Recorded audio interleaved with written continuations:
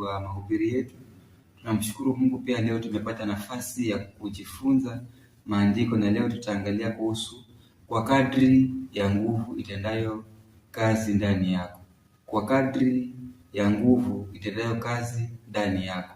Na leo tutasoma kitabu cha Waefeso 3:20, na kabla sijaongea mengi acha nimpishe kakangu ambaye pia tumekuwa naye katika kipindi kilichopita, na pia leo tuko naye atusomee kitabu cha Waefeso 3:20. Karibu, Mungu akubariki. Efeso 3:20 asema, Yes. Basi atukuzwe yeye awezaye kufanya mambo ya ajabu mno kuliko yote tuyaombayo au tuyawazayo, kwa kadri ya nguvu itendayo kazi ndani yetu. Yes, basi utukufu wa yeye nani? Yesu Kristo, awezaye kufanya mambo mengi ya ajabu. Yesu Kristo ndo ambaye anaweza kufanya mambo mengi ya ajabu kupita yote, kwa kadri ya kwa kadri ya nguvu, kwa kadri ya nguvu itendayo kazi ndani yetu. So hii nguvu ambayo tunaizungumzia hapa ni nguvu ya Roho Mtakatifu, si hisia ambayo sisi kama tuko, lakini tunaangalia ile nguvu ya Roho Mtakatifu ambaye ikikaa ndani yetu ama ikibadilisha yule mtu wa ndani, basi hakuna jambo ambalo litashinda yule mtu wa nje ama yale mazingira ya nje yataweza kushindwa. Lakini hii nguvu ambayo tunazungumzia hapa ni nguvu ya Roho Mtakatifu, na Roho Mtakatifu akikaa ndani yetu atatubadilisha, na yule mtu wa ndani akibadilika, basi mtu wa nje, chochote kitakuwa kinaweza kufanyika katika mtu wa nje. Ni vizuri kuwa na Roho Mtakatifu kwenye maisha yako. Biblia inasema kwamba afadhali tulewe na Roho Mtakatifu, lakini si kwa mvinyo. So huyu Roho wa Mungu tukiwa tuko ndani akiwa ndani yetu, huyu Roho akiwa yuko ndani yetu, Biblia imetuambia kwamba tutaweza kufanya yote, tutaweza kufanya mambo yote ambayo, kwa sababu yeye ambaye yuko ndani yetu ama yule mtu wetu wa ndani akiwa yuko hai, basi kila kitu tutaweza kukifanya. So ni vizuri tulewe na hili neno la Mungu. Ukiwa na Roho Mtakatifu utakuwa mtu wa kupenda watu, ama ukiwa na Roho Mtakatifu basi ukiwa na Roho Mtakatifu lile tunda la Roho pia litakuwa ndani yako. Ukiwa na roho wa Mungu ndani yako, pia yale matunda ya Roho Mtakatifu ambayo ni amani, upendo, furaha, fadhili, upole, kiasi, zile vitu zote, ukiwa na nguvu za Mungu ndani yako, yale matokeo yataweza kuonekana. Kwa sababu gani? Yule mtu wa ndani akiwa yuko sawa, basi pia matokeo yataonekana waziwazi.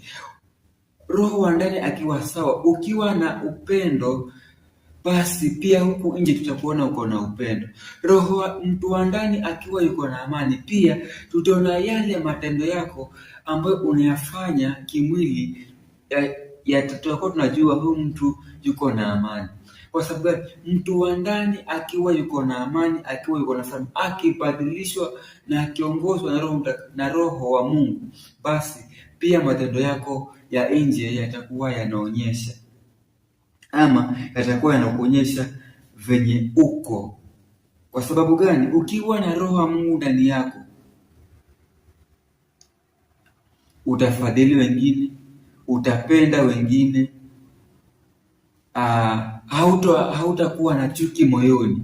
Ukiwa na huyu Roho wa Mungu ndani yako, utakuwa na upendo, amani, furaha, utakuwa unafadhiliwa watu, utakuwa unafanya, yani kila kitu utakuwa unakifanya. Kwa sababu gani? Yule ambaye yuko ndani yako atakuwa anakusaidia. So ukiwa na Roho Mtakatifu utafanya vitu kama kubariki wenzako, ama utakuwa unafanya vitu kama kutoa, kupenda wenzako, kuwa na amani na vitu kama hizo. Hakuna nguvu kama hakuna Roho Mtakatifu. Mpaka ukuwe uko na Roho Mtakatifu ndio ukuwe uko na nguvu. Filipi 2:13 inasema, yes, kwa maana ndiye Mungu atendaye kazi ndani yenu. Kwa maana ndiye Mungu atendaye kazi ndani yetu, kutaka kwenu na kutenda kwenu. Kutaka kwetu na kutenda kwetu. Kwa kulitimiza kusudi lake jema. Kwa kulitimiza kusudi lake jema. So hii sisi Roho wa Mungu akikaa ndani yetu tutakuwa tuko na nguvu. Kwa sababu tukisoma ile kitabu cha Matendo 1:8 inatuambia hivi, lakini tusome Matendo 1:8, lakini mtapokea nguvu akiisha kuwajilia Roho Mtakatifu juu yenu, nanyi mtakuwa washindi wake katika Yerusalemu, Yuda, Samaria na hata mwisho wa nchi. So huyu Roho wa Mungu akiwa ndani yetu tutapokea nguvu, na hii nguvu ambayo tutaipokea itatusaidia sisi kuwa mashahidi Samaria, Yuda na hata mwisho wa nchi, ama kila mahali tutakuwa tuko mashahidi wa Yesu. Sababu gani? Tuko na ile nguvu ambayo iko ndani yetu, na hii nguvu itatokea vizuri ama inafaulu vizuri tukiwa tuko na imani.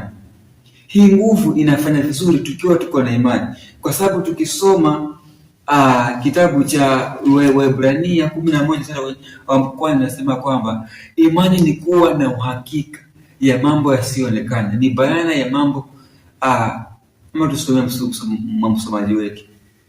Waebrania 11:1 inasema, basi imani ni kuwa na hakika ya mambo yatarajiwayo, ni bayana ya mambo yasiyoonekana. Yeah. Sasa imani ni kuwa na uhakika. So hii nguvu ya Mungu ambayo iko ndani yako kutenda kazi vizuri inaambatana na imani. Kwa sababu imani ni kuwa na uhakika. Unakuwa na uhakika ya hii kitu, sita kama sina lakini nitaipata. Acha tuangalie mfano mzuri hapa. Yesu Kristo alipokuwa njiani akienda kuponya yule mtoto wa afisa, unaona ya kwamba alipokuwa njiani alikuwa yuko na umati mkubwa sana kwenye njia, lakini kuna mwanamke ambaye alikuwa akitoka damu miaka 12 bana. Sasa yule mwanamke akang'ang'ana mpaka akagusa upinde wa vazi, lakini huyu mwanamke akaweza kupona. Lakini pale kuna watu wengi ambao walikuwa wamemzingira, ama alikuwa hata yeye alikuwa akimfanya tu na yeye, lakini huyu mwanamke kwa sababu alikuwa yuko na imani, ile nguvu iliweza kumponya, ama ile nguvu iliweza kutenda kazi ndani ya ule mama. Na pia tunapata mfano mwingine hapa. Kuna afisa mwingine ambaye alikuwa mfanyikazi wake ni mgonjwa, akatumana huyo afisa akatumana kwamba akaambiwa Yesu kwamba mfanyikazi wake ni mgonjwa akuje amponye. Lakini huyu mfanyikazi akasema kwamba si lazima Yesu afike, lakini aseme neno tu, kwenye yuko aseme neno. Na Yesu aliposema neno, huyu mfanyikazi aliweza kupona. So nguvu ya kazi vizuri kama tuko na imani. Tukiwa tuko na imani, kila kitu kitakuwa sawa, ama kila kitu tutaona kwamba Yesu anatutimizia. So hii nguvu ambayo inatenda kazi ndani yetu, ikiwa na imani itakuwa ni vizuri. Na hapa kuna vitu ambazo inafaa tujue, na vitu ambazo zinafaa zikuwe kwa akili yetu. So acha nitoe mfano mmoja hapa. Umejua hii nguvu kutenda kazi ni rahisi sana, lakini kuna vitu ambazo mpaka tuziangalie. Acha nitoe mfano hivi. Acha nitoe mfano ya mtu ambaye ya daktari. Daktari ni mtu ambaye aliajiriwa ama alisomea kudaktari na kazi yake kubwa ni kuangalia wagonjwa na kuwatibu. Lakini daktari mzuri ni yule ambaye hafanyi ile kazi ya udaktari kwa sababu analipwa. Lakini yule daktari mzuri ambaye anafanya kazi kwa sababu ile kazi anaifanya kama ibada ambayo anamfanyia Mungu na pia faida katika jamii. Na pia mfano huu unaenda, yani mtu ambaye anachukulia siku ya Sabato kama siku ya yeye kupumzika kama amri ya Mungu, ni tofauti na ule mtu ambaye anachukulia siku ya Sabato kama siku ya ibada. Ni siku ya ibada. Huyu mtu ambaye anachukulia siku ya Sabato kama siku ya ibada, kufaulu kwake ni rahisi. Kwa sababu gani? Hii nguvu itatenda kazi vizuri. Lakini huyu ambaye anachukulia siku ya Sabato ni siku tu, ni amri hii tuliambiwa tupumzike, pana haendi hivyo. Amen. So inafaa tuchukulie hii kila kitu ambacho tunakifanya tukichukulie kama ni ibada kwa Bwana. Ni ibada kwa Bwana.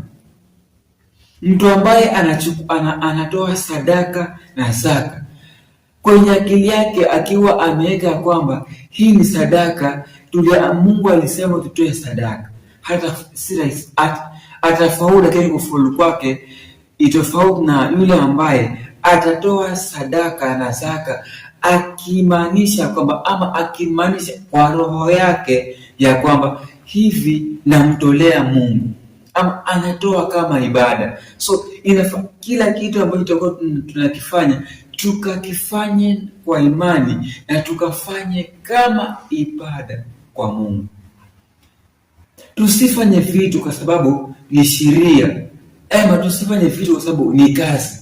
Hata kama ni kazi, tukaifanye kama tunamfanyia Mungu.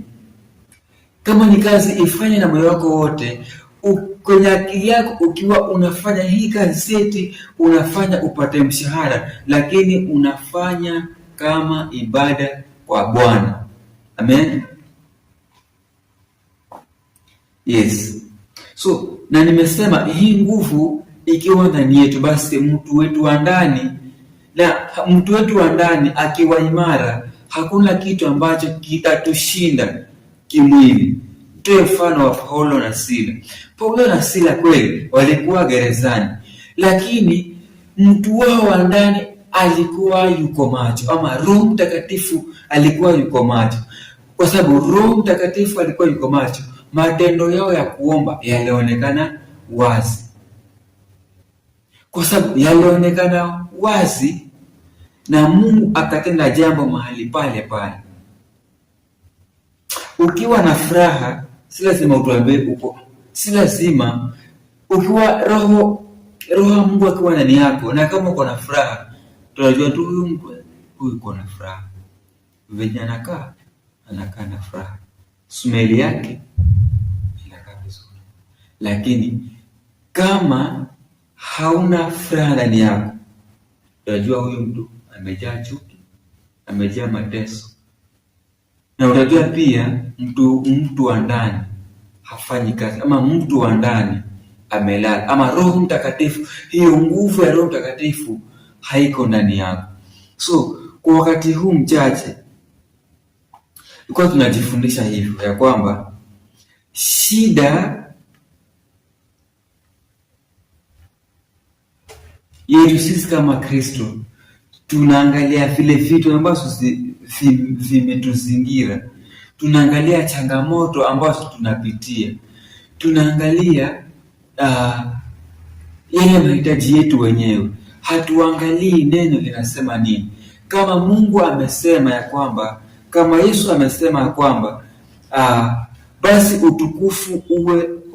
utukufu una yeye. Sasa kama utukufu una yeye, nani? Yesu.